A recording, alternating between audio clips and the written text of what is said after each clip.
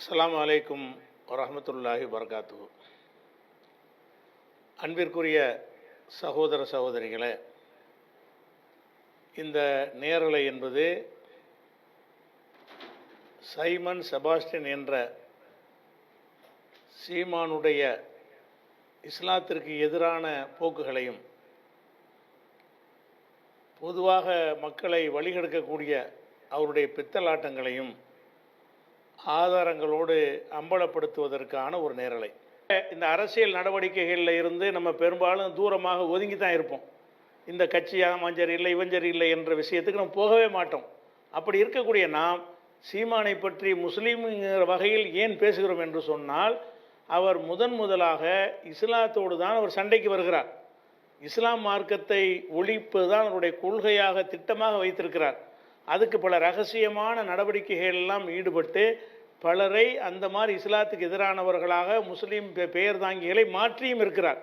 அந்த ஒரு காரணத்தினாலையும் பகிரங்கமாகவே குர்ஆனுக்கு எதிராக சவால் விடுவது, இஸ்லாத்துக்கு எதிராக சவால் விடுவது, நபிகள் நாயகத்துக்கு எதிராக அரபு நாட்டுக்காரரை நீ எதுக்கு தலைவராக ஏற்றுக்கொண்டிருக்கிறாய் என்று கேட்பது, இந்த மாதிரியான விஷயங்களெல்லாம் பார்த்த பிறகுதான் இந்த சீமான் ஒட்டுமொத்த மக்களால் புறக்கணிக்கப்பட வேண்டியவர் என்றாலும் முஸ்லீம்களால் பிரத்யேகமாக புறக்கணிக்கப்பட வேண்டிய ஆள், இஸ்லாத்தில் நீ இருந்தாயானால் இவனை நீ ஏற்றுக்கிறவே முடியாது, ஆதரிக்கவே முடியாது என்பதை அழுத்தந்திருத்தமாக சொல்வதற்காகத்தான் நம்ம இவரை தலையில் இறங்குறதோட நம்ம மக்கள் விழிப்படைந்தால் மட்டும் பத்தாது, வேறு சமுதாய மக்கள் விழிப்படைய வேண்டும் என்பதற்கு தான் பொதுவான விஷயங்களை இதில் கையெழுத்திருக்கிறோம். அப்போ இந்த காரணத்துக்காகத்தான் சீமான் இஸ்லாம் மார்க்கத்துக்கு எப்படி எதிரானவர், இஸ்லாத்தை ஒழிப்பதற்கு என்னென்ன திட்டங்களை வைத்திருக்கிறார், என்னென்ன மாதிரியான ஒரு நடவடிக்கைகளை அமைத்து கொண்டிருக்கிறார், என்னென்ன மாதிரி கருத்துக்களை பொது மேடைகளிலேயும் பொதுக்கூட்டங்களையும் விதைத்து கொண்டிருக்கிறார்,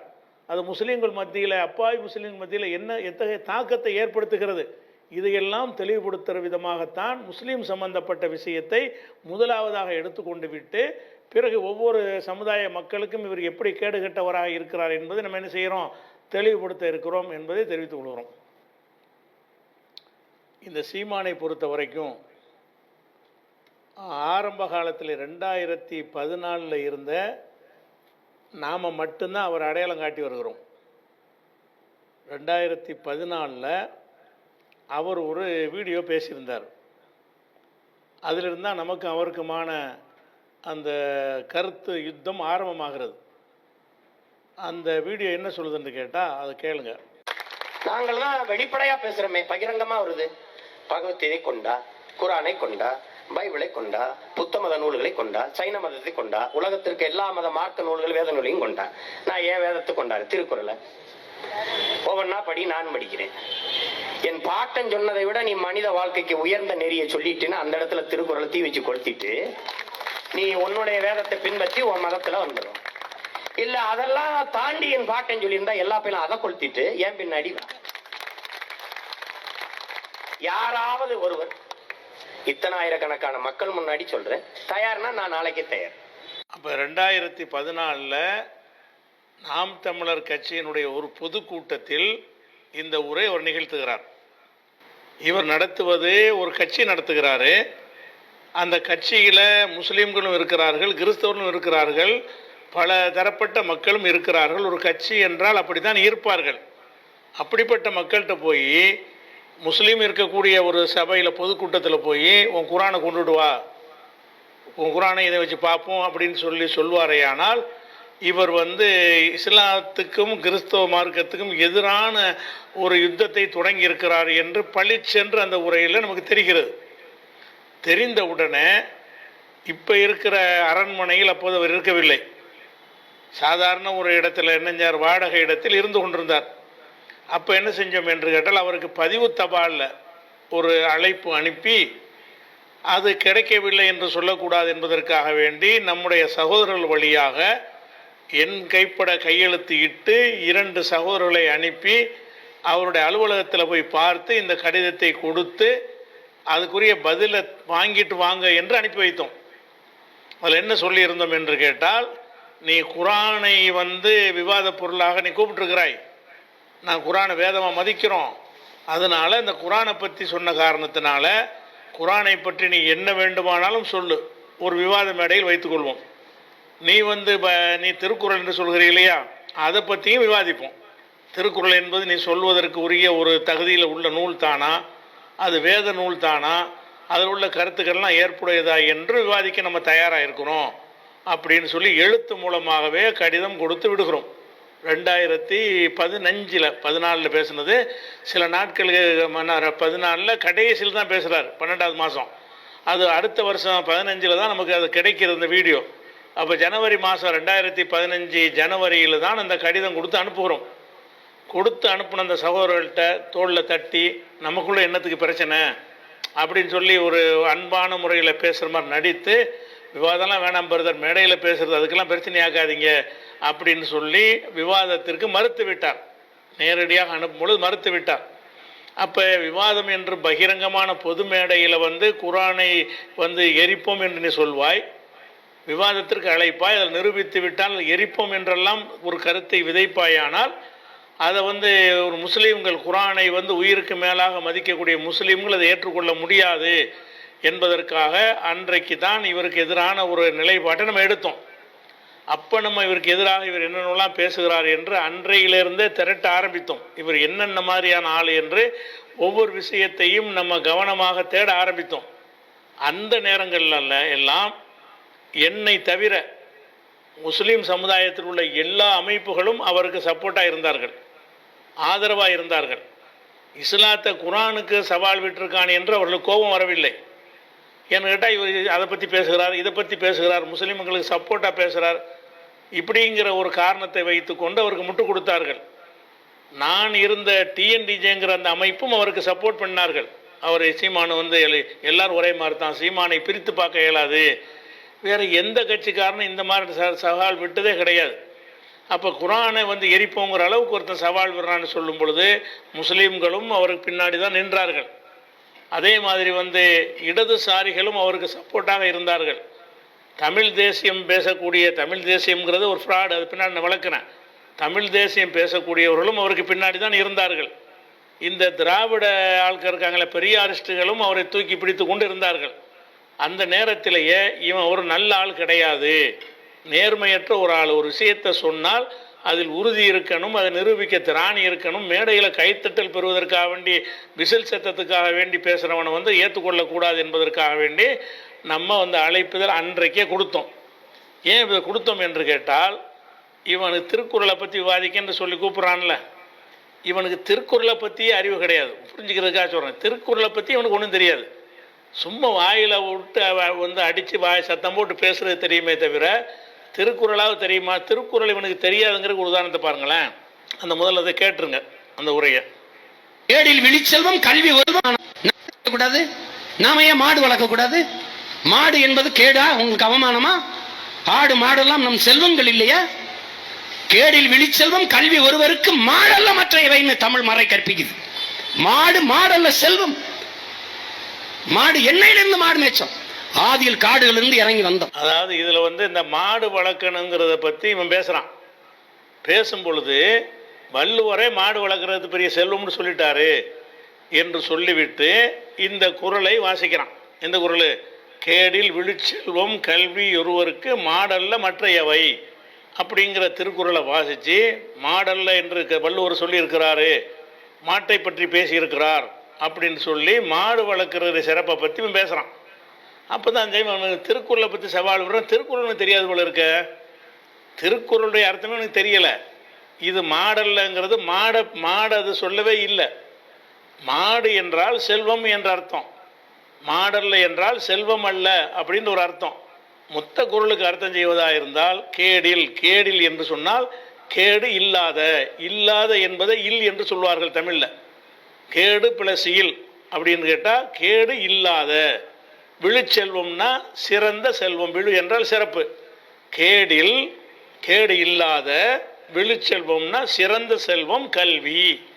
வள்ளுவர் என்ன சொல்றாருன்னு கேட்டால், கேடே இல்லாமல் ஒரு சிறப்பான செல்வம் என்பது கல்வி தான். ஒருவருக்கு கல்வி தான். மாடல்ல மற்றையவை, மற்றவை செல்வம் அல்ல. மாடல்ல என்றால் செல்வம் அல்ல. கல்வியை தவிர வேறு எதுவுமே செல்வம் கிடையாது, கல்விதான் செல்வம் அப்படின்றது தான் வள்ளுவர் சொன்னதுக்கு அர்த்தம். இவனுக்கு இந்த திருக்குறள் வேதம் சவால் விடக்கூடியவனுக்கு எவ்வளோ நாலேஜ் இருக்குன்னு பாருங்கள். மாடல்லங்கிற வார்த்தை வச்சுட்டு மாடு வளர்க்க சொல்கிறாரு வள்ளுவர்னு சொல்கிறான்டா, எப்படிப்பட்ட கூமுட்டையாக இருப்பான்னு பாருங்கள். இதை சொல்கிறான். இதுக்கு பலரும் உரை எழுதியிருக்கிறார்கள். இதில் உரை எழுதுவதில் சொல்லியிருக்கீங்கன்னா புலியூர் கேசிகன் அவர் எழுதுகிற உரையில் என்ன செய்கிறாருன்னு கேட்டால், அழிவில்லாத சிறந்த செல்வம் என்பது கல்வி செல்வமே, மற்றைய பொன்பொருள் மண் எனும் செல்வங்கள் ஒருவனுக்கு சிறந்த செல்வம் ஆகா. இது அவருடைய அர்த்தத்தில் வரக்கூடியது. அதே மாதிரி ஒருவனுக்கு அழிவில்லாத சிறந்த செல்வம் கல்வியே ஆகும். கல்வியை தவிர மற்ற பொருள்கள் சிறப்புடைய செல்வம் அல்ல. வரதராசனார் மூவா அவர் சொல்கிறார் அப்படி. அதே மாதிரி சாலமன் பாப்பையாவும் என்ன செய்கிறாருன்னு கேட்டால், இதை கல்வியே அழிவு இல்லாத சிறந்த செல்வம், பிறையெல்லாம் செல்வமே அல்ல. இது சாலமன் பாப்பையா. கருணாநிதி கருணாநிதி என்ன சொல்கிறாருன்னு கேட்டால், கல்வி ஒன்றே அழிவற்ற செல்வமாகும், அதற்கொப்பான சிறந்த செல்வம் வேறு எதுவும் இல்லை. இது கருணாநிதி. இவங்கெல்லாம் சொல்லாட்டா கூட அந்த தமிழ் தெரிந்தவன் இதுக்கு அர்த்தம் செஞ்சான்னு விளங்கிக்கணும். இதைத்தான் அது சொல்கிறாருன்னு. சரி, கேடு இல்லாத சிறந்த செல்வம் கல்வி, மற்றவையெல்லாம் செல்வம் அல்ல. மாடல்லண்டா செல்வம். மாடுனா மாடுன்ற அர்த்தம் இருக்குது. இவர் மாடு என்பதை செல்வம்ங்கிற அர்த்தத்தில் அந்த சொல் இருக்கிறது. அந்த அர்த்தத்தை பயன்படுத்துகிறாரு. இவனுடைய கூமுட்டைக்கு உள்ள தமிழ் அறிவு எந்த அளவுக்கு இருக்குன்னு கேட்டால், மாடு வளர்க்க வள்ளுவர் சொல்லியிருக்கிறாருன்னு பேசுகிற அளவுக்கு உள்ள ஒரு ஆள்.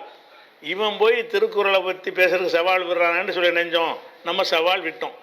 2015 சவால் விடப்பட்டு எழுத்து மூலமாக கொடுக்கப்பட்டு 10 ஆண்டுகள் ஓடிவிட்டது. இன்னைக்கு வரைக்கும் அவனுடைய பேச்சில் எதுலையும் மாற்றம் கிடையாது. இதே ஒரு தன்மையில் தான் இருக்கிறத பார்க்குறோம். அதுக்கடுத்து என்னென்னு கேட்டால், இன்னும் சொல்லப்போனால் பொது அறிவு ஜென்ரல் நாலேஜும் கிடையாது. நீங்கள் அறிவால் நினச்சிக்கிட்டு இருப்பீங்க. ஒரு சாதாரணமாக அந்த உங்களுக்கு தெரிஞ்ச ஒரு விஷயத்தை சொல்லிவிட்டு விஷயத்துக்கு வர்றேன். இந்த ஃபோன் வச்சுக்கிறீங்க. எல்லா விதமான ஸ்மார்ட் ஃபோன்கள்லையும் என்ன இருக்கும்னா ஃப்ளைட் மோடுன்னு ஒரு மோடு இருக்கும். அந்த ஃபோனை நீங்கள் தொழுகையில் இருக்கும் பொழுது, ஒரு மீட்டிங்கில் இருக்கும் பொழுது கால் வரக்கூடாது என்று நினைத்தால் இப்போ ஏரோப்ளான் மாதிரி படம் போட்டிருக்கும் ஃப்ளைட் மோடுண்டு. அதை போட்டு விட்டீங்கன்னா என்ன வராது, மற்ற எல்லாம் பார்த்துக்கிறலாம். நெட்ஒர்க்கையெல்லாம் கட் பண்ணிடுறது. ஃப்ளைட் மோடுங்க என்ன செய்யணும், ஃபோனையும் கட் பண்ணிடுறேன், நெட்ஒர்க்கை கட் பண்ணிடும். வேண்டுமென்றால் ஃப்ளைட் மோடில் போட்டுவிட்டு நெட்டு மட்டும் வர்ற மாதிரி உள்ள போய் தனியாகவும் செட் பண்ணிக்கிறலாம். அது ஃப்ளைட் மோடுங்கிறது. இந்த ஃப்ளைட் மோடு அறியாத ஒருத்தன் கூட இந்த ஃபோன் வச்சுக்கிறவங்கள இருக்க மாட்டான். இவன் ஃப்ளைட் மோடில் ஃப்ளைட் மோடுங்கிறத ஒரு அதிகாரி என்ன சொல்கிறாருன்னு கேட்டால், அந்த அண்ணா பல்கலைக்கழகத்தில் ஒரு பாலியல் பிரச்சனை நடந்துச்சுல, அந்த பிரச்சனையை பேசும்போது அவருடைய ஃபோனை ஏரோப்ளான் மோட்டில் போட்டிருந்தாருன்னு அந்த அதிகாரி சொல்கிறாரு. அதை இவன் கேள்வி கேட்குறான். ஏரோப்ளானில் போனார் அவர். ஏரோப்ளான் மோடுன்னா ஃப்ளைட் மோடுக்கு அதை சொல்கிறார். ஃப்ளைட் மோடில் போட்டிருப்பான். ஏரோப்ளான் மோடுன்னு சொன்னான் அந்த அதிகாரி. அப்போ ஏரோப்ளானில் ஏதாவது போனானா? அப்போ ஏரோப்ளான் மோடு என்பது ஏரோப்ளானில் போய்கிட்டு போடுறதுன்னு விளங்குற அளவுக்கு அறிவு மண்டை முத்தி போய் இருக்கிற ஒரு விஷயத்தை பார்க்குறீங்க. இந்த கேளுங்க, அதை சொல்கிறான் பாருங்க. அதில் அவங்க சொல்கிறத பாருங்க. அவர் இந்த ஏரோப்ளேன் மோடில் போட்டிருந்தாருன்னு சொல்கிறாங்க. அது எப்படி உங்களுக்கு தெரியும்? அவர் எதுக்காக ஏரோப்ளேன் மேனில் போடணும்? ஏரோப்ளேனில் போனாரா? இல்லை. ஃபோன் எடுத்து பார்த்தாலே ஃப்ளைட் மோடில் இருக்குன்னு என்ன செஞ்சிடலாம், காட்டிடலாம். ஃப்ளைட் மோடு ஆக்டிவாக இருந்தால் என்ன செய்யும், அதை கிளிக் பண்ணிங்கன்னா ஃப்ளைட் மோடாக மாறிக்கிறேன். இவர் ஏன் ஃப்ளைட் மோடில் அவன் போட்டான்? ஃப்ளைட்டில் இவர் போனாரா?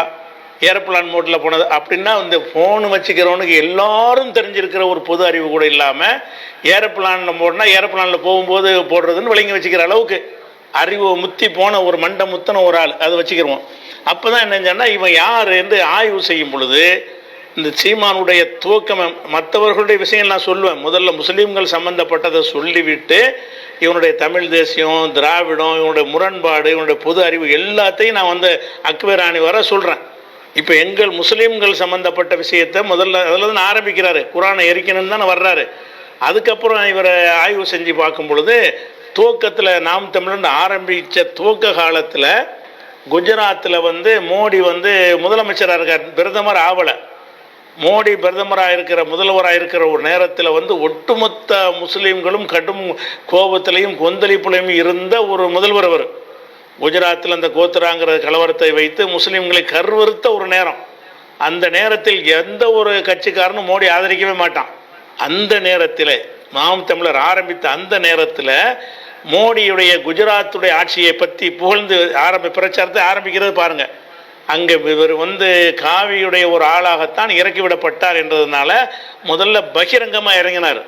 இப்போ எங்கே இருக்கிறார் அந்த இடத்த முதல்ல ஆரம்பிக்கிறார். பிறகு ரிவர்ஸில் வந்துட்டு பழையபடி இப்போ அதே இடத்துக்கு வந்துட்டார்னு வைங்களேன்.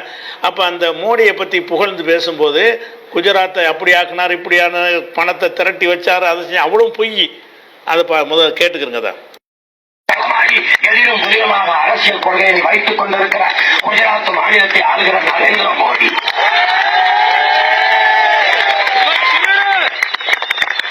இலவசத்தை ஒழித்து தன் நாட்டு மக்களை பிச்சைக்காரர் நிலையில் இருந்து மீட்டெடுத்து இலவசத்தை ஒழித்து 1 லட்சம் கோடி கடனாக இருந்த மாநிலத்தை முதலமைச்சரான பிறகு 1 லட்சம் கோடி கடனையும் அடைத்து அந்நிய வங்கிகளில் 1 லட்சம் கோடி தன் மாநிலத்தின் பேரில் முதலீடு செய்கிற அளவுக்கு வளர்த்து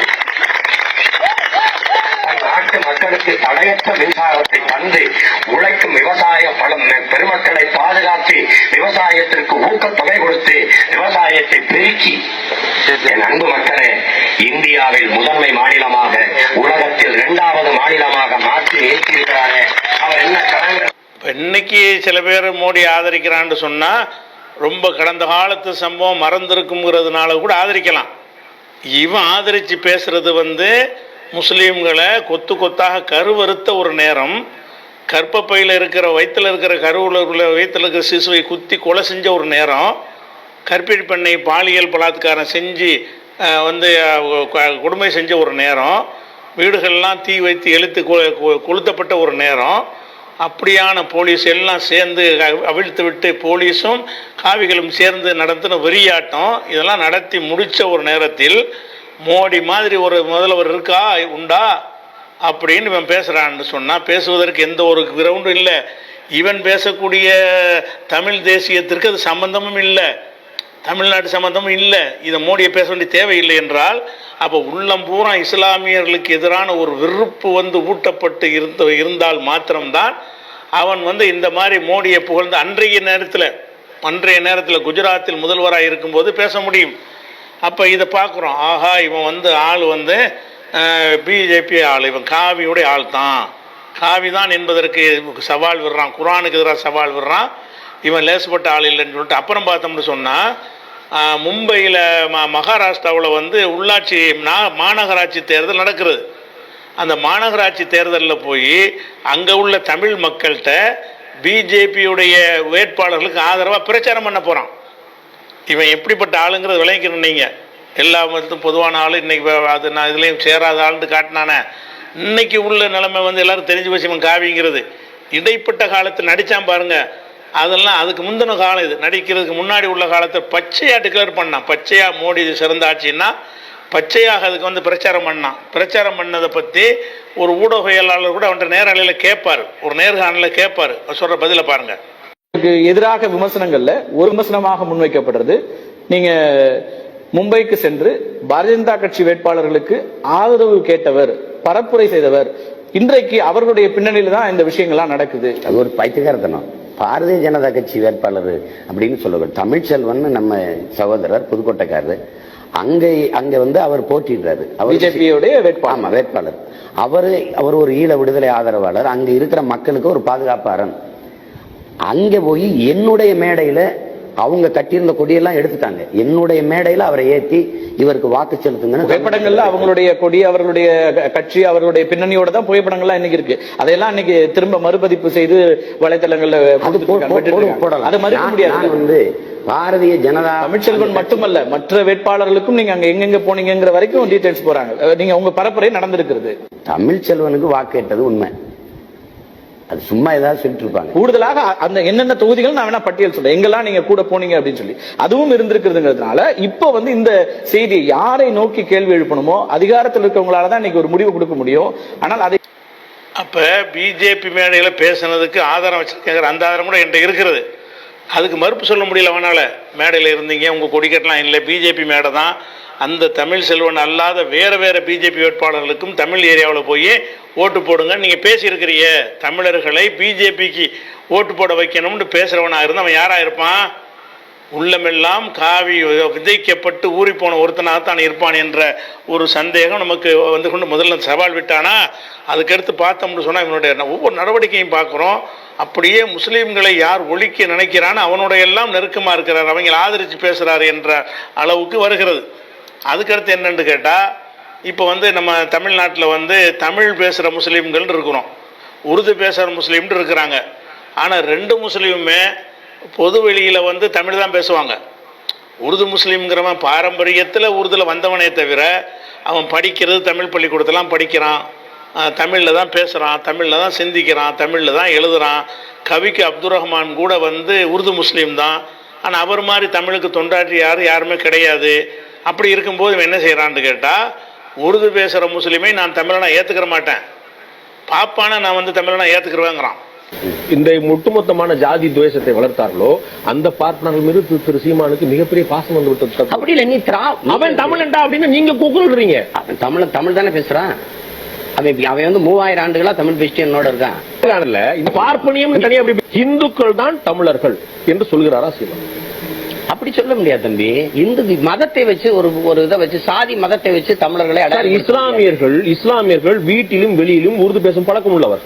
நீங்க சொல்றீங்க வாய்மொழியாவும் தாய்மொழியாவும் தமிழ் பேசுறவங்க பேசுற முஸ்லீமே நீங்க எப்படி தமிழர் ஆயிருப்பீங்க? அப்ப ஏற்க முடியாது. உருது பேசுற முஸ்லீம் தமிழர்னா பாகிஸ்தான் இருக்க தமிழரா? உருது பேசுற முஸ்லீம் என் தமிழ்நாட்டுல இருக்கிறாங்க. அது இருக்கிறாங்க. உருது பேசுற முஸ்லீமாவே தான் ஏற்கிறோம்.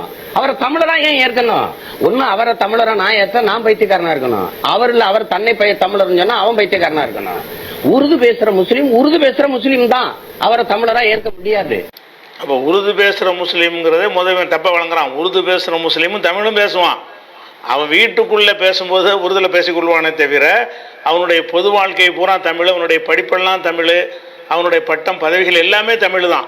அவனை நான் தமிழன் என்று ஏற்றுக்கணும், நான் ஒரு பைத்தியக்காரங்கிறான். பிராமணர்கள் ஒரு தனி பாஷையை பேசுகிறார்கள், பாரம்பரியமாக அவங்க தமிழை சேர்ந்தவங்க கிடையாது. அப்படி இருந்தும் கூட அவன் எங்கே போவான்? அவனை நான் ஏற்றுக்கிறாட்டி வேறு யார் ஏற்றுக்குருவா அப்படின்னு பேசினான். அப்போ இதையெல்லாம் பார்த்தவொன்னு தான் இவன் இஸ்லாமியர்களை கருவறுப்பதற்கு இறங்கி இருக்கிறான். அப்படி இருக்கும்போது முஸ்லீம்களும் போய் அதை விசிலடிக்கிறாங்களே, அதில் போய் சேர்றாங்களேன்னு சிந்திச்சு பார்க்கும் பொழுது தான் அதுக்கு என்ன செய்கிறான்னு கேட்டால், அவனுடைய ஆவணத்தை தேட ஆரம்பிக்கிறோம். நாம் தமிழருங்கிறவனுக்கு ஏதாவது கொள்கை வச்சுக்கிறானா, கோட்பாடு வச்சுருக்கிறானான்னு சொல்லி பைலான்னு சொல்லுவாங்கள்ல, அந்த சட்ட விதி புக்கு இருக்கான்னு பார்க்கும்போது நாம் தமிழர் ஆவணம்னு என்ன செய்கிறது, ஒரு புக்கு இருக்கிறது. அந்த புக்கு யாருக்கு தேவைப்பட்டாலும் எங்களுடைய அந்த நம்பர் உங்களுக்கு போடுவாங்க, நம்பருக்கு அனுப்புனீங்கன்னு சொன்னால் அதனுடைய பிடிஎஃப் உங்களுக்கு அனுப்பி வைக்கிறோம். முழு புக்கையும் நீங்கள் பார்த்துக்கொள்ளலாம், அந்த புத்தகம் இருக்கிறது. இந்த நான் போட்டு காட்டுற வீடியோக்கள் உங்களுக்கு தேவைன்னு சொன்னாலும் அனைத்தையும் எங்களுடைய சர்வரில் ஏற்றி வச்சுருக்கிறோம்.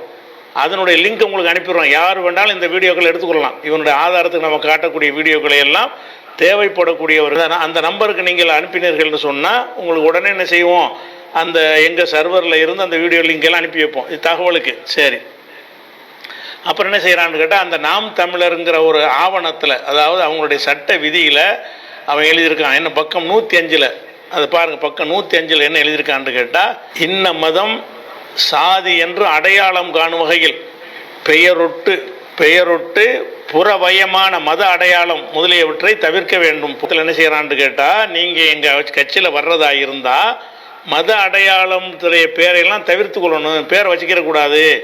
கொஞ்சம் பேர் வச்சுக்கிட்டு திரிகிறாங்கன்னு அது காரணம் இருக்குது, சிலர் நடிப்பதற்கு வச்சுக்கிட்டு இருக்கிறான். ஆனால் அவனுடைய கொள்கை என்னன்னு கேட்டால், அப்துல்லா இது முஸ்லீமை தான் சொல்கிறான். கிறிஸ்தவர்களும் கொஞ்சம் அடங்குவாங்க, அவங்களும் இந்த தமிழ் இல்லாத இங்கிலீஷில் சில ஆங்கிலத்தில் பேர்கள்லாம் வச்சுருப்பாங்க. அப்போ மத அடையாளம் காணும் வகையில், மத அடையாளம்னு சொல்லக்கூடிய வகையில் பேர் வைக்காத அப்படின்னு எழுதி வச்சுக்கிறான். அப்போ ஏன்டா இதை ஏன் சொல்கிறான்? ஒரு கட்சிக்காரனுக்கு இது வேலை இல்லையே, அரசியல் கட்சிக்காரனுக்கு தேவையில்லையே, இதை முஸ்லீமை தான் சொல்கிறான் என்று என்ன செய்கிறது இருக்கிறது. 39ஆம் பக்கத்தில் உள்ள ஒரு விஷயம். 39ஆம் பக்கத்தில் அவன் என்ன சொல்கிறான்னு கேட்டால், அப்படி படிக்கிறேன் பாருங்கள். அதாவது 3ஆம் முரண்பாடுகளான முகமதியமும் கிறித்தவமும் தமிழ் தேசியத்தை ஒவ்வொரு காலத்தில் ஆளுமை செலுத்தியவை. சட்ட பாதுகாப்பும் சொத்துடைமை வலுவும் பன்னாட்டு பின்புலமும் கொண்டு மதவழி தனி இன கட்டுமானம் கொண்டவை. முகமதிய தமிழரும் கிறித்தவ தமிழரும் தங்களுடைய முதன்மை அடையாளம் தமிழ் தேசிய அடையாளமே என்று உணர்ந்தறிந்து வருவாராயின் நட்பு முரண் வகையிலும் அல்வழி பகை முரண் வகையிலும் இடம்பெறுவர். இவர்கள் எச்சரிக்கையோடும் விழிப்போடும் அன்போடும் கையாளப்பட வேண்டிய தரப்பினர். அதாவது இதில் என்ன சொல்கிறான்னு கேட்டால், முஸ்லீம்களை வந்து நீங்கள் அப்போ இந்த நாம் தமிழரை இயக்குற மெயின் இடங்களில் முஸ்லீம் இருக்க மாட்டான்னு விளங்குது.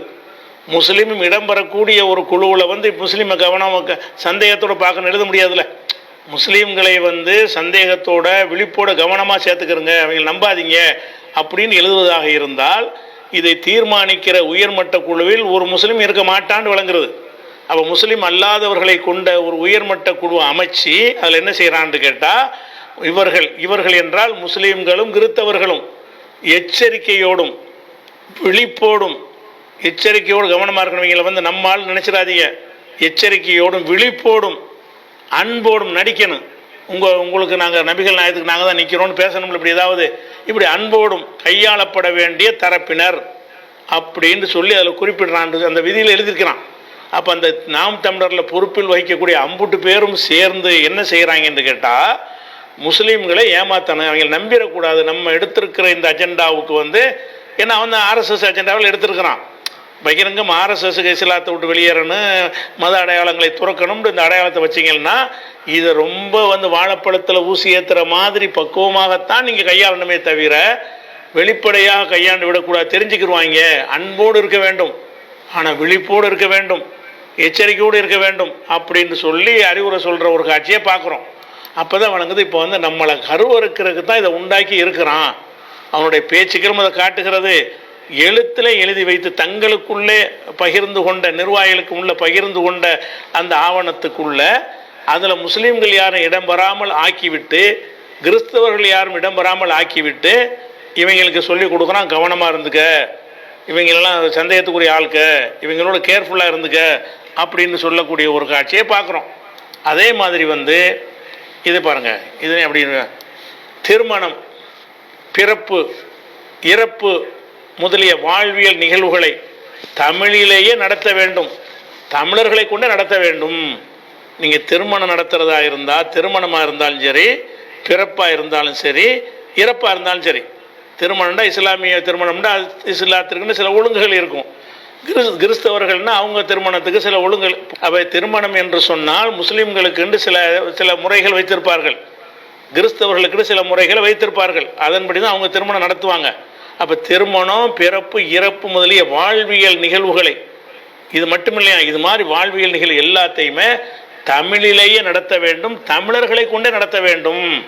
அப்போ நாம் தமிழரில் ஒருத்தன் வந்தான்னு சொன்னால் ஒரு முஸ்லீமாக இருந்தாலும் அவன் வீட்டு கல்யாணத்தை வந்து முஸ்லீம் முறைப்படி நடத்தக்கூடாது, அவனுடைய இறப்பு விஷயங்களை முஸ்லீம் முறைப்படி நடத்தக்கூடாதுன்னு பகிரங்கமாக எழுதி வச்சிருக்கிறான். இது எழுதி வச்சது ஒரு சடங்காக தான் வச்சுருக்கானான்னு கேட்டிங்கன்னு சொன்னால் சடங்காக எழுதலை. ஒரு கல்யாணத்தை இவன் நடத்தி வைக்கிறான் பாருங்க. ஒரு முஸ்லீம்ங்கிற பெயர் தாங்கி கல்யாணம் நடத்தி வைக்கிறான். அது பாருங்க. முதல் தமிழ் சங்கத்தின் தலைவன் ஆதிப்பாட்டன் சிவனை வணங்கி, குறிஞ்சி நில தலைவன் முப்பாட்டன் முருகனின் துணையோடு 6 படை கட்டி எம் இனம் காத்த எங்கள் தலைவன் மேதகுவே பிரபாகரன் அவர்களின் ஆசியோடும், எனது குடும்பத்தின் மூத்த அண்ணன் செந்தமனன் சீமான் அவர்களின் வாழ்த்துக்களோடும், முகமது இஸ்மாயில் சைலாபானு அவர்களின் மகனாகிய சதாம் ஹுசேன் ஆகிய நான், ஆதிமூலம் மகேஸ்வரி அவர்களின் மகளாகிய துர்கா தேவி அவர்களை எனது வாழ்வின் நல்லரை வாழ்க்கை துணையாக ஏற்கிறேன். இனி எனது வாழ்வில் ஏற்படும் சுக துக்கங்கள் அனைத்திலும் சமமாக மதித்து பெண் உரிமையை போற்றுவேன் என்றும், உங்கள் மீது குறையாத காதலும் மாறாத பேரன்பும் கள்ளமில்லா பாசமும் கொண்டிருப்பேன் என்றும், நான் என் உயிருக்கு மேலாக நேசிக்கும் தமிழ் மொழியின் மீதும் என் தமிழ் அன்னையின் மீதும் உறுதியிட்டு கூறுகிறேன்.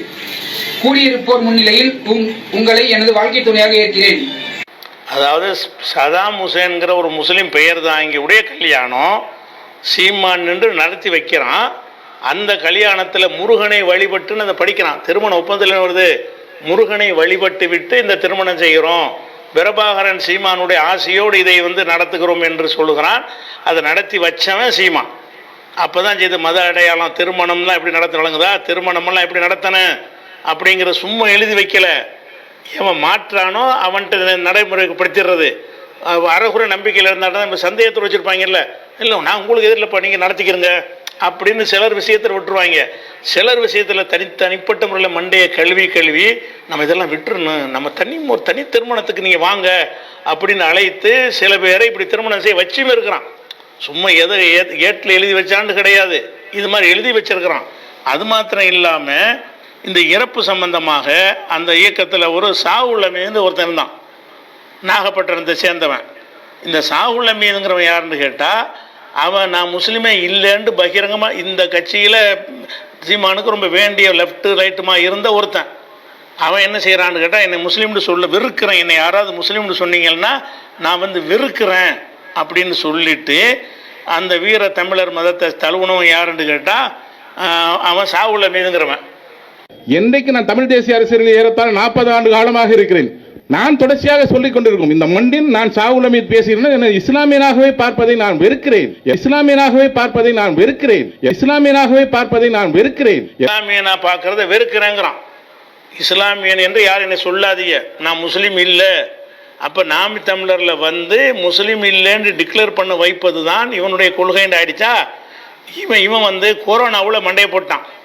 கொரோனாவில் இறந்த பிறகு அவனுக்கு வந்து என்ன செய்யுதுன்னு கேட்டால் இறுதி சடங்கு ஜனாசா தொழுகை நடத்தணும்ல, மார்க்கப்படி தொழுகையெல்லாம் நடத்தணும்ல.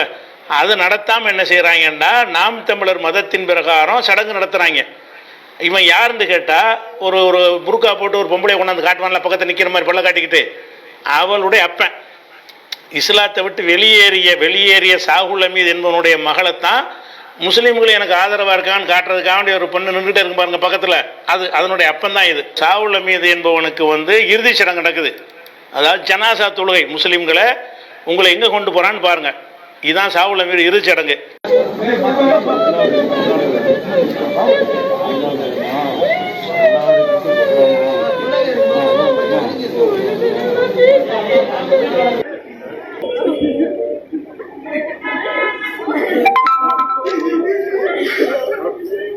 தாயக விடுதலை போரில் உயிர் நீத்த தாய் தமிழ் உறவுகளுக்கும் இனப்பற்றாளர்களுக்கும் அகவணக்கம்,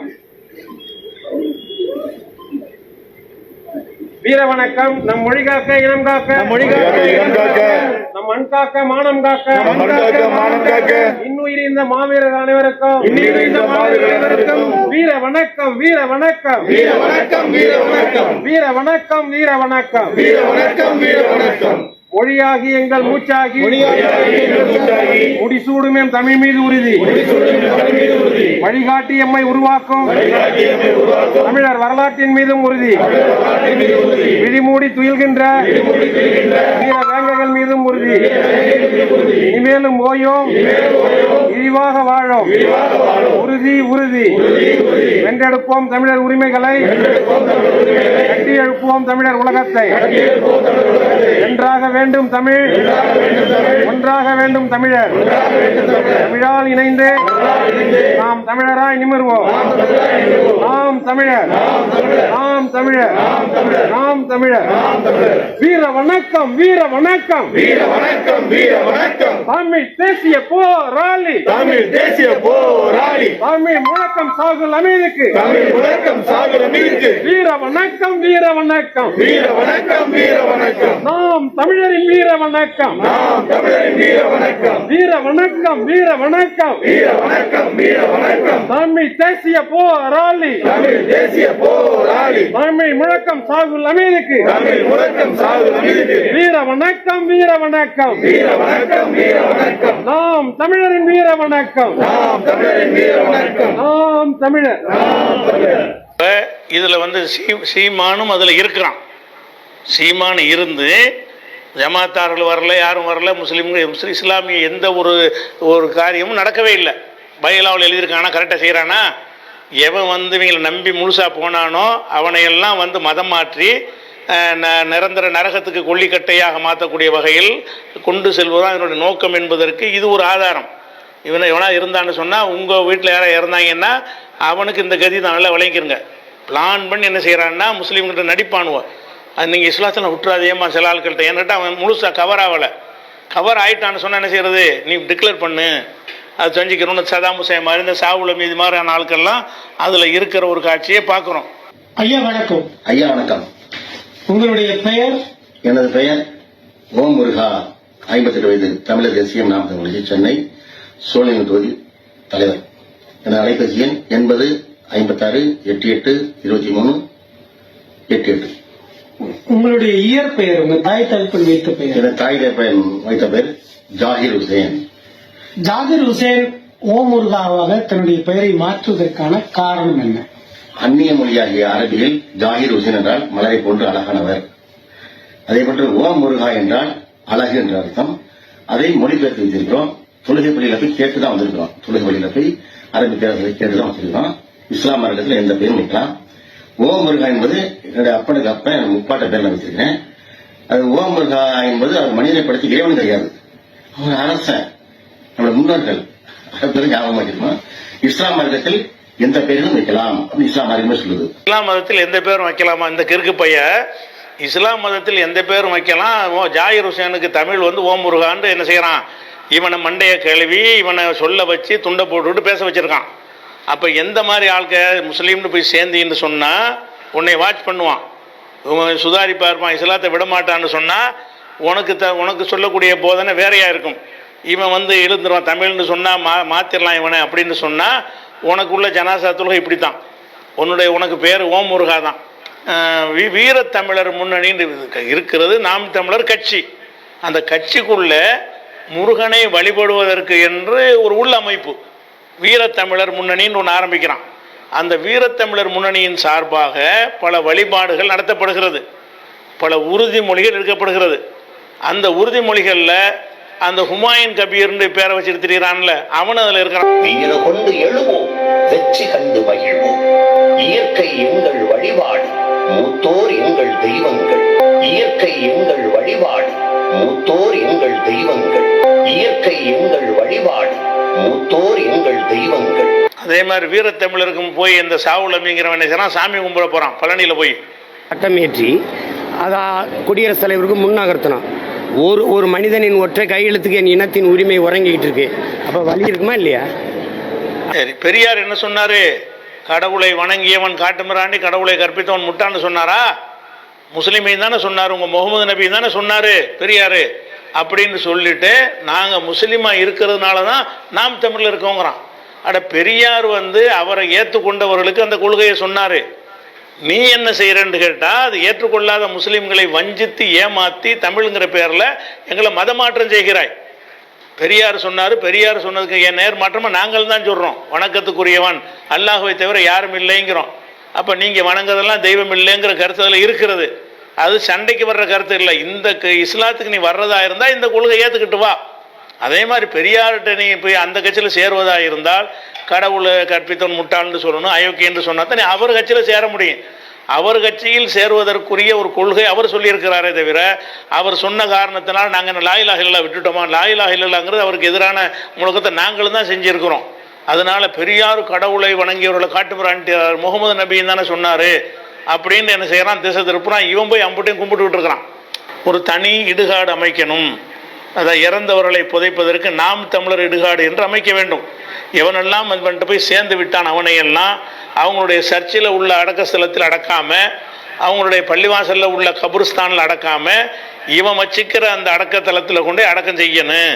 அடக்கம் செய்யும் போது இந்த சாவுள்ள மீதுங்கிறவனுக்கு செஞ்சாங்க இல்லை, அந்த மாதிரியான வீர வணக்கம்லாம் போட்டு என்ன செய்யணும், அடக்கணும் என்பதற்காக வேண்டி இடுகாடும் அவனுடைய கொள்கையில் வச்சிருக்கிறான். இடுகாடு வைத்துக் கொள்வது, இடுகாடு வைத்துவதை பற்றி என்ன பேசுறான்னு பார்த்தீங்கன்னா, சாதி சமய வேறுபாடுகளை கடந்து நாம் தமிழராய் ஒன்றிணைவோம்.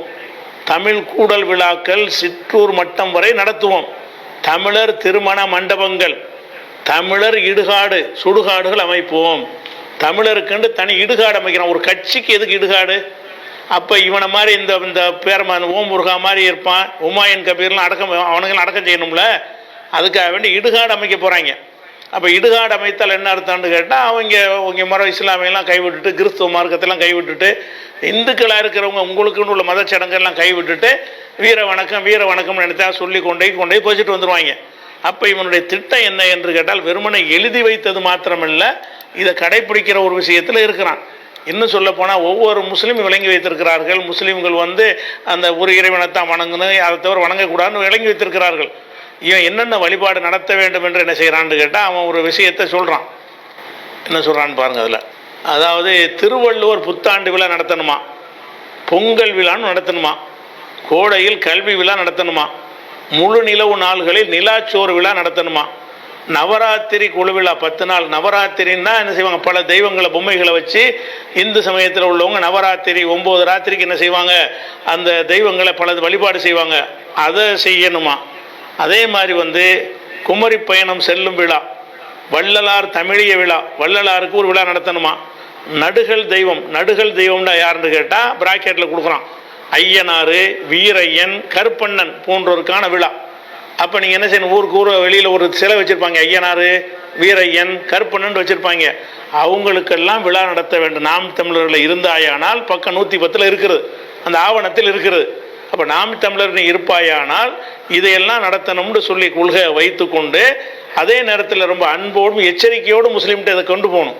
பகிரங்கமாக சொன்னீங்கன்னா, இஸ்லாத்துக்கு எதிர்மாறு சொன்னீங்கன்னா ஓடி போயிடுவானுவோம். இஸ்லாமியர்களுக்கு சப்போர்ட் மாதிரி பண்ணிக்கொண்டு நம்மளாம் தமிழர்கள், அரபிய நாட்டு மதம் நமக்கு தேவையா இப்படின்னு ஒரு மாதிரியை மண்டைய கழுவி எவன் அதில் உட்பட்டு வருகிறானோ அவனை இழுத்து வைத்து கொண்டு இந்த வேலையெல்லாம் செய்ய வைப்பது. அதன் எதிரொலியாகத்தான் ஹுமாயூன் போய் காவடி எடுத்ததெல்லாம் அதனுடைய எதிரொலி தான். ஹுமாயூன் போய் சாமி கும்பிட்டதெல்லாம் அதனுடைய எதிரொலி தான். அப்போ இந்த மாதிரியான விஷயங்கள் எல்லாம் செய்யக்கூடிய ஒரு காட்சியை பார்க்குறோம். ஒரு உள்ளுக்குள்ளே வச்சுக்கிட்டாலும் அடக்கி வச்சுக்கிற முடியலை. பகிரங்கமாக இதை சொல்லுவோன்னு சொல்லிட்டு பொது மேடை போட்டு, அதான் அவனுடைய கட்சியில் இந்த முஸ்லீம் கிறுக்கு பயல்களும் போகிறாங்க, கிறிஸ்தவ கிறுக்கு பயலும் போகிறான் விளங்காம. அவங்களும் இருக்கக்கூடிய இந்த பொதுக்கூட்டத்தில் என்னவெல்லாம் பேசுகிறான்னு பாருங்க. என் சமயம் எது? நான் சிவனின் முருகனை வழிபடுகிற சைவ சமயத்துக்காரன். சிலர் காய்கறி திங்கிற சைவன், நான் ஆடு காடு எல்லாத்தையும் திங்கிற வீர செய்வேன். நான் சிவன் முருகனை வழிபடுகிறவன், அவன் மாயோனை வழிபடுகிற என் சகோதரன் வைணவன். இதுதான் எங்கள் சமயம். இஸ்லாம் நம்ம மதம் இல்ல, அரேபிய மதம். இஸ்லாம் நம்ம மதம் இல்ல, அரேபிய மதம். தெரிந்து கொள்ளணும். பைபிளோ பகவத்கீதையோ குர்ஆனோ நமது வேதம் இல்ல. இன்னைக்கு சில்லறை வர்த்தகத்தில் அந்நிய முதலீடு மாதிரி அதுக்கு முன்னாடி வந்த முதலீடு இதெல்லாம். இது எனக்காக சொல்லப்பட்டது இல்ல, இது என்னுடைய வேதம் அல்ல. என்னுடைய வேதம் எது? பைபிள் கிறிஸ்தவர்களுக்கு, குர்ஆன் இஸ்லாமியர்களுக்கு, பகவத்கீதை இந்துக்களுக்கு. நமது மறை உலகில் வாழுகிற எல்லா மனிதனுக்கும், எல்லாருக்கும். உலகத்தில் தலை சிறந்த மறைக்கு சொந்தக்காரன் நான். இதுல எந்த மாற்று கருத்தை வர்க்க முடியாது. உலகில் மிக பெருமை மிக்க மகன் நான், யாரும் இல்லை. எந்த மறை போதிக்குது? என் தம்பி ஒருவன், அவன் ஒரு யூதரை சந்திக்க, நீ யார் என்று கேட்க, அவன் தமிழன் என்று சொல்றான். நீ யார்? இந்து. நீ இந்து இல்லையே, அது உன் மதம் இல்லையே, நீ யார்? மறுபடியும் கேட்கிறான். இஸ்லாம், அது ஓ மதம் இல்லையே, அரேபிய மதம். கிறிஸ்தவர், அது ஐரோப்பிய மதம். நீ யார்? கடைசி வரைக்கும் பதில் இல்லை. நான் யார்? நான் சைவன், வீர சைவன். அதான் என் அடையாளம். என்னுடைய குலதெய்வம் வீரமா காளி பெண்மகள். நாங்கள் சைவர்கள் என்று காட்டுவதற்கு திருநீர் மட்டும் தான் பூசிட்டு போனேன். திடீர்னு எங்க பூசாரி காட்டி பிடிச்ச அழுதுட்டாப்ல. என் தம்பி எல்லாம் இருக்காங்க காரைக்குள்ள. என்னன்னு கேட்டேன், 10 பேரை கூட்டிட்டு வந்து அழுதுட்டாப்ல. அப்ப கனவுல சொல்லிட்டு இருக்கா, அவன் திருநீர் வச்சு என்னை மறந்துட்டான், என் குங்குமம் இல்லாம போறான். அதுல இருந்து குங்குமம் வச்சுட்டு போறேன். கடவுள் மறுப்பு, இந்த சாதி மத மறுப்பு, இதெல்லாம் அந்த கொள்கையில நான் இன்னும் உருவாக்கி. கடவுள் அப்படிங்கிறது எங்களுக்கு கிடையாது. ஆனா தமிழர்களுக்கு தெய்வம் உண்டு, இறை உண்டு. வையத்தில் வாழ்வாங்க வாழ்வன் வானுரையும் தெய்வத்தில் வைக்கப்படும் என்னுடைய வேதம் கற்பிக்குது. முறை செய்து காப்பாற்றும் மன்னவன் மக்களுக்கு இறைந்து வைக்கப்படும். நான் உரிமைக்கு நிற்கும் போது எனக்கு வழிபாடும் இருக்கு. 50,000 ஆண்டுகளுக்கு மூத்த ஒரு தேசியனத்துக்கு மெய்யல்னு ஒண்ணு இருக்கு. என்னுடைய மெய்யல் கோட்பாடு, இயற்கை எனது வழிபாடு, மூத்தோர் எங்கள் தெய்வங்கள். இது எங்கள் மரபு.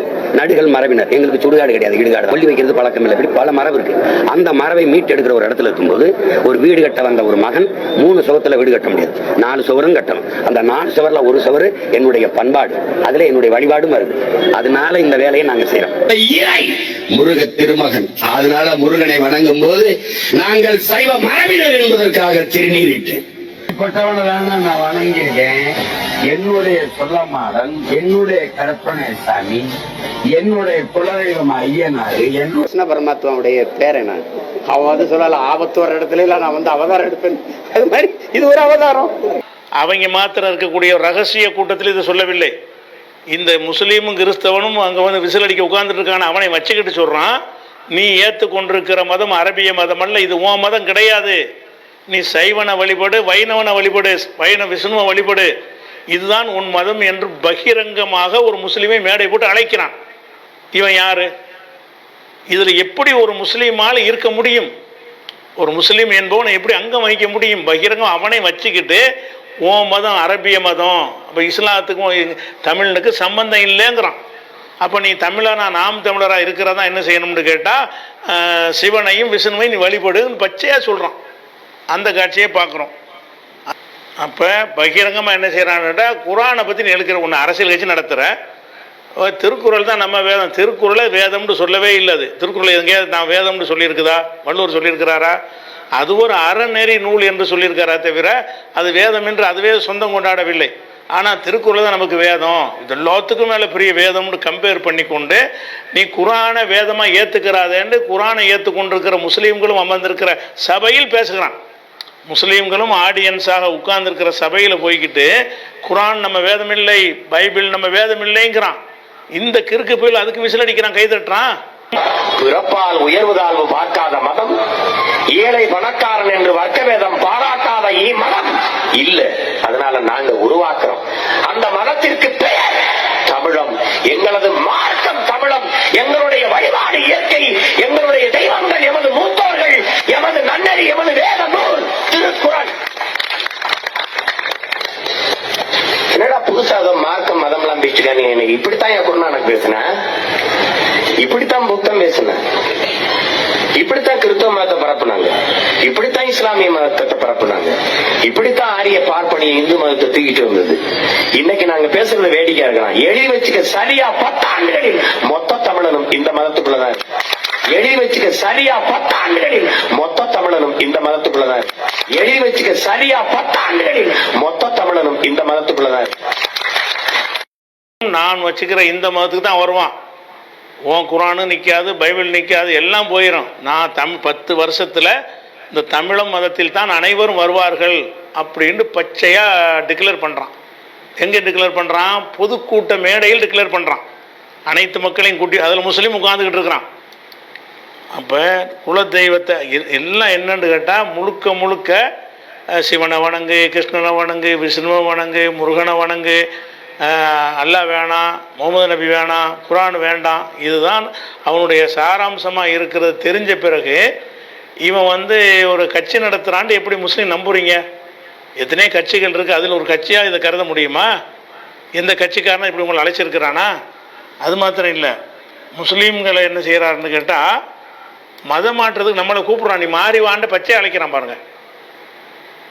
தமிழன் இந்துவே இல்லையே, கிறிஸ்தவமும் இஸ்லாமியும் தமிழன் சமயமே இல்லையே. ஒன்னு ஐரோப்பிய மதம், ஒன்னு அரேபிய மதம். தமிழன் இந்துவே இல்லையே, கிறிஸ்தவமும் இஸ்லாமியும் தமிழன் சமயமே இல்லையே. ஒன்னு ஐரோப்பிய மதம், ஒன்னு அரேபிய மதம். தமிழன் இந்துவே இல்லையே, கிறிஸ்தவமும் இஸ்லாமியும் தமிழன் சமயமே இல்லையே. ஒன்னு ஐரோப்பிய மதம், ஒன்னு அரேபிய மதம். சமயம் என்னுடைய சமயம் சைவம், என்னுடைய சமயம் மாலியம், என்னுடைய சமயம் சிவசமயம். அத தெரியாம நீங்க மீளணும் அப்படின்னா மரச்சக்கு இன்னைக்கு வரையில அது மாதிரி இருக்கு, வா திருப்பி வா. சர்க்கரை சீனியை விட்டுட்டு கருப்பட்டி வரையில அது மாதிரி வந்துரு. தெக்கு இன்னைக்கு வரையில அது மாதிரி இருக்கு, வா திருப்பி வா. சர்க்கரை சீனியை விட்டுட்டு கருப்பட்டி வரையில அது மாதிரி வந்துரு. தெக்கு இன்னைக்கு வரையில அது மாதிரி இருக்கு, வா திருப்பி வா. சர்க்கரை சீனியை விட்டுட்டு கருப்பட்டி வரையில அது மாதிரி வந்துரு. நாம நினைச்சுக்கிட்டு இருக்கோம் இஸ்லாத்து கிறிஸ்தவத்தை ஏற்றுவது தேவனின் பிள்ளைகள்னு. அது சாத்தானின் குழந்தைகளா மாறி பல ஆண்டுகள் ஆயிப்போச்சு. அது எங்கிட்டு இருக்குது? எவனுக்கு நாட்டை கொடுத்துட்டு இந்த நாட்டில் நடந்திருக்க அநீதி அக்கிரமத்திற்கு பெரிய பொறுப்பேற்க வேண்டியது இஸ்லாமிய கிறிஸ்தவ மக்கள் தான். தொடர்ச்சியாக பல ஆண்டுகள் 18 விழுக்காடு வாக்கை இந்த திமுகவுக்கு போட்டு போட்டு காங்கிரசுக்கு போட்டு நாட்டை தெருவில் போட்டது இவர்கள் தான். அது இவனுக்கு ஓட்டு போடாட்டி சாத்தான் பிள்ளைங்கிறான். நீ தான் வீர சைவ மதத்தில் இருக்கிட்ட எப்படி உனக்கு போடுவாங்க? உனக்கு நீ வீர சைவம்னு சொல்கிற, நான் முருகனை வணங்குவான்னு எங்களை எல்லாம் கூப்பிடுற, கிருஷ்ணனை வணங்குன்னு கூப்பிடுற, சிவனை வணங்குன்னு கூப்பிடுற, யார் முருகனை வணங்குன்னு கூப்பிடுற, இப்படி எங்களையெல்லாம் அழைச்சி விட்டு எனக்கு ஓட்டு போடுனா இப்படி ஓடுவான். அப்போ இவனே நான் இஸ்லாம் அல்ல உங்களை ஒழிக்கிறதுக்கு வந்திருக்கேன்னு பகிரமாக டிக்ளேர் பண்ணிவிட்டு எனக்கு ஓட்டு போடாட்டி சைத்தானின் பிள்ளைங்கிறான். அடே சைத்தான் பிள்ளையா இல்லாமல் இருக்கிறனால உனக்கு ஓட்டு போட மாட்டேங்கிறாங்க. எதுக்கு முஸ்லீம் ஓட்டு போடுறதில்ல? நீ 1ஆம் நம்பர் சைத்தான். நவீன காலத்தில் ஒருத்தனை சைத்தான் என்று சொல்வதாக இருந்தால், சாத்தான் சொல்வதாக இருந்தால் உன்னை சொல்லலாம். அப்படிப்பட்ட சாத்தான் என்ற காரணத்திற்காகத்தான் நாங்கள் மாதிரி ஆளுக்கு உன்னை புறக்கணிக்கிறோம். அது விளங்கிக்க. அப்போ இவனை இஸ்லாத்துக்கு வரலன்னு ஒரு கூப்பிடலன்னா சாத்தானின் பிள்ளைன்னு ஆயிடுறாங்களாம். அதுபோக என்ன செய்கிறான்டா இவன் முக்கியமாக இவன் எப்படிப்பட்ட ஒரு ஆளுன்னு கேட்டால், நம்ம இந்த நாட்டில் சிறுபான்மையாக இருக்கிறோம்.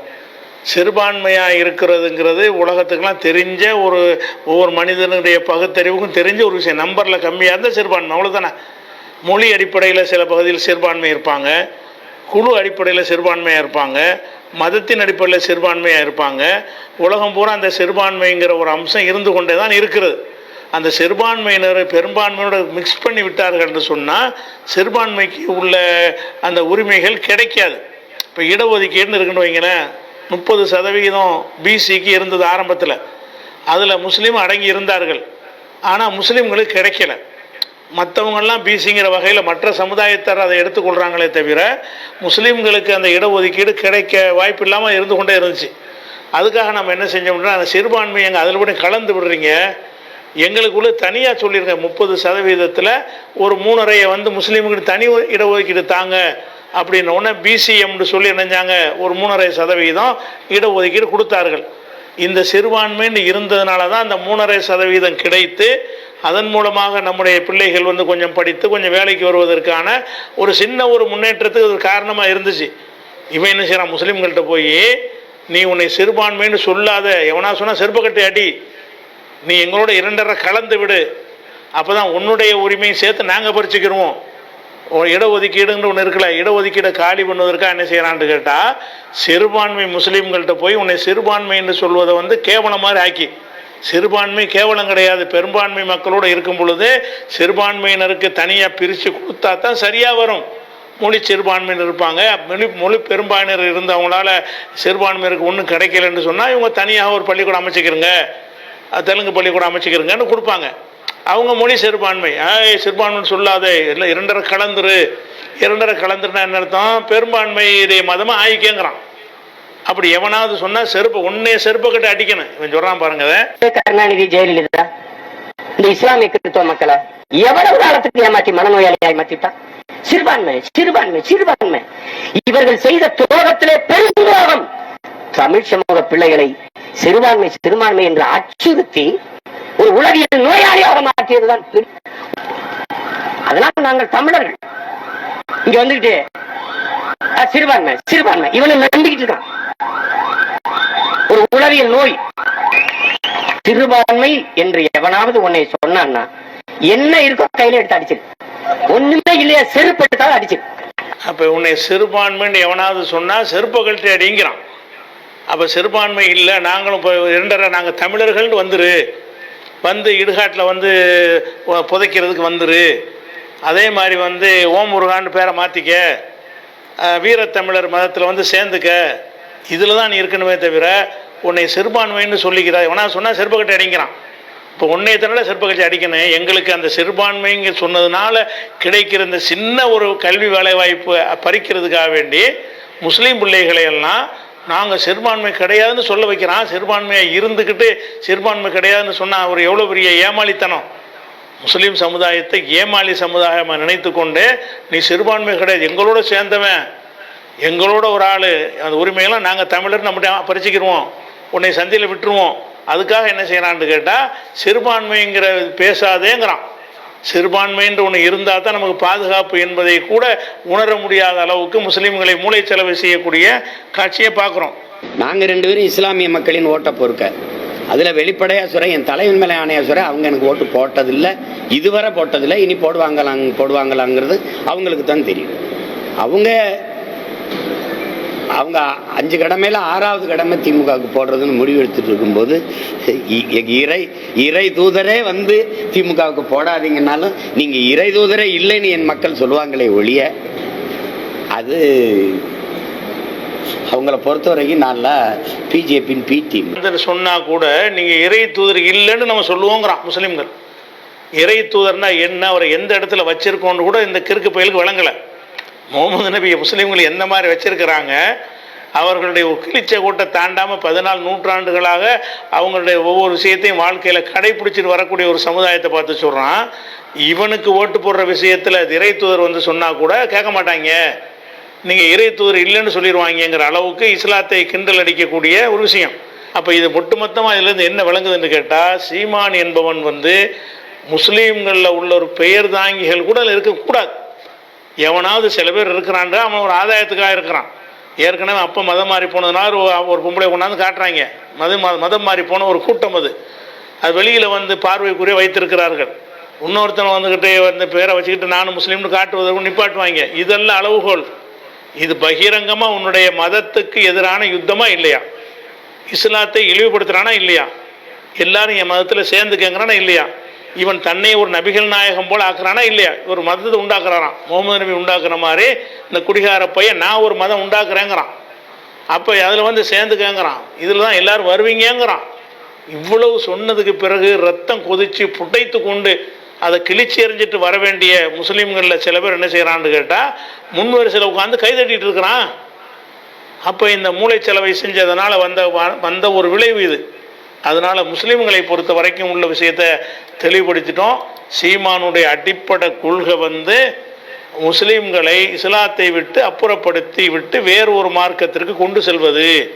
உங்களுடைய தொழுகை முறையில இருந்து, உங்களுடைய பிறப்பு இறப்புல இருந்து, உங்களுடைய கல்யாணத்திலிருந்து அத்தனையும் இவன் சொல்லக்கூடிய முறையில் நடத்தக்கூடியவர்களை உருவாக்குவது. அதுக்கு தமிழ் என்ற போர்வையை போத்திக் கொள்வது என்பது சந்தேகத்துக்கு இடமில்லாமல் உறுதியாகிவிட்டதா? இது முஸ்லீம்கள் சம்பந்தப்பட்ட ஒரு விஷயம் வச்சிருக்கேன்.